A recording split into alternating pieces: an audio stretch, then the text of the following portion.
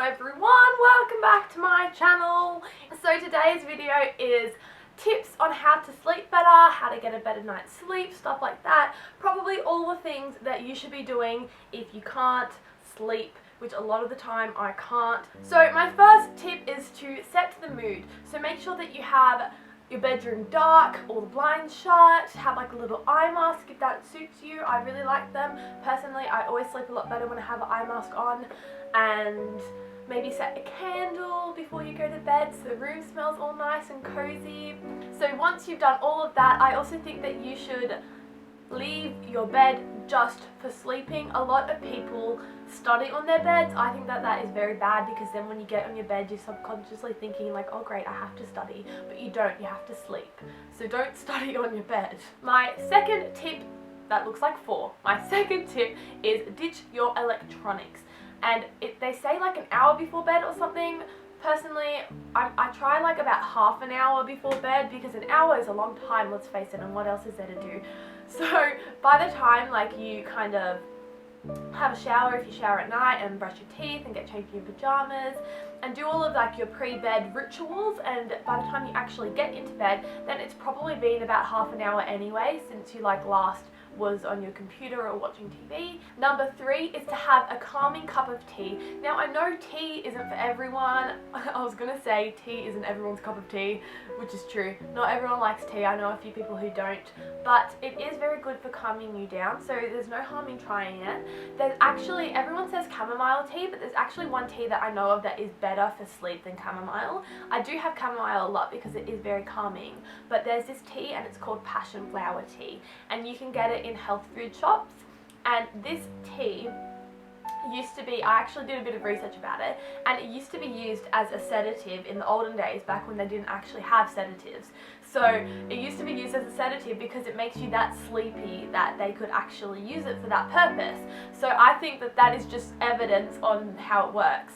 When I took it, the first time that I ever had it, it made me, I could feel my eyes were like getting really heavy pretty soon after I drank it, and it like worked pretty soon, and I just felt like I had been given drugs in hospital. If you're scared about the taste, honestly I think it tastes the same as chamomile, it just has a bit of a weird aftertaste. So that's the only difference. Chamomile does taste a bit better, but passion flower tea doesn't taste disgusting. It just has a little bit of a weird aftertaste, but I think you can survive that because then you're going to fall asleep. Number 4 is to read a book before bed. I find this really helpful. I know a lot of people find this really helpful. Right now I try to read about 20 minutes, I think, or maybe like a chapter if I'm feeling really tired, because reading a book I think is good for a few reasons. It does make your eyes go really heavy.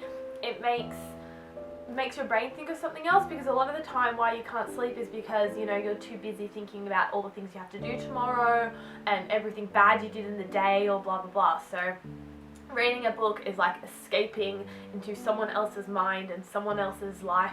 And if you're not a book person, you can watch a movie. A lot of the times that's been an alternative for me when I don't feel like reading, and that totally goes against my first thing about the no electronics. But you gotta do what you gotta do. And my last tip for sleep, if all else fails, then use a meditation app.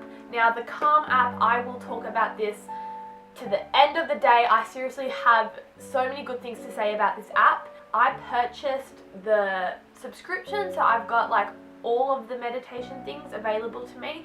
I think it's really worth it. It is a little bit expensive, but when you think about how much you get, and if you use it every day, it really isn't expensive at all.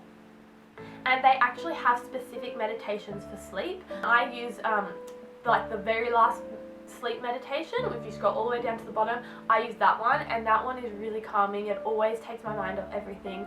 I just focus on the meditation and the nice lady's voice, and I always end up getting to sleep after I listen to that. So I hope you enjoyed, and I hope you got something out of this. If it helps anyone sleep, then I will be very happy. Leave comments below what you do before bed, and if you have any other sleep tips, because I'm always looking for more. And give it a thumbs up if you enjoyed, subscribe if you want to see more from me, and I will see you next Tuesday.